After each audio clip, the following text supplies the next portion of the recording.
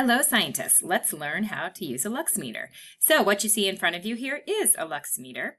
It has this white thing at the top is the actual sensor that's going to sense the light data. We measure light data in things called luxes. That is why this is a Lux meter.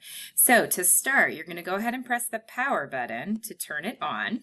And we can see right now we're already getting some readings because there is light in the room that I am in. So if you noticed, right here it says auto 2000. We always want to make sure we're on the 2000 mode so we can keep some consistent data. So keep an eye on that. I'm going to show you how you can get back to that mode if the Lux meter takes you away from that mode. So right now we've got 250 luxes in this room. I'm just sitting in our back science room, so not a whole lot. I'm going to go ahead now. I've got a handy flashlight here, and I'm going to go ahead and I'm going to put some light on our luxes.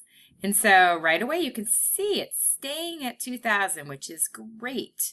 And it moves around a lot. So what you can do once you feel like you've got, a pretty steady reading is you press the button that says hold. And when you press it, then it's gonna keep you at that recording, so that even if I take my light away, that number's gonna stay there, and so I can collect data. And then to get it started again, you just press hold again.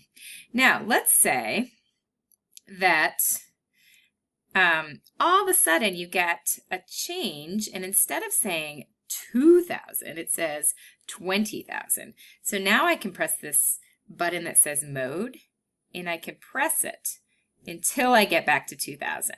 And then again, if I wanted to press hold, I could. So I've got this 248 lux. So again, 2000, we want it to say auto 2000. And if it doesn't, you're going to press the mode button until it reads 2000. Let's try to keep consistent with that data. All right, keep moving on in the activity to figure out how you're going to actually be, or what actually you're going to collect data about.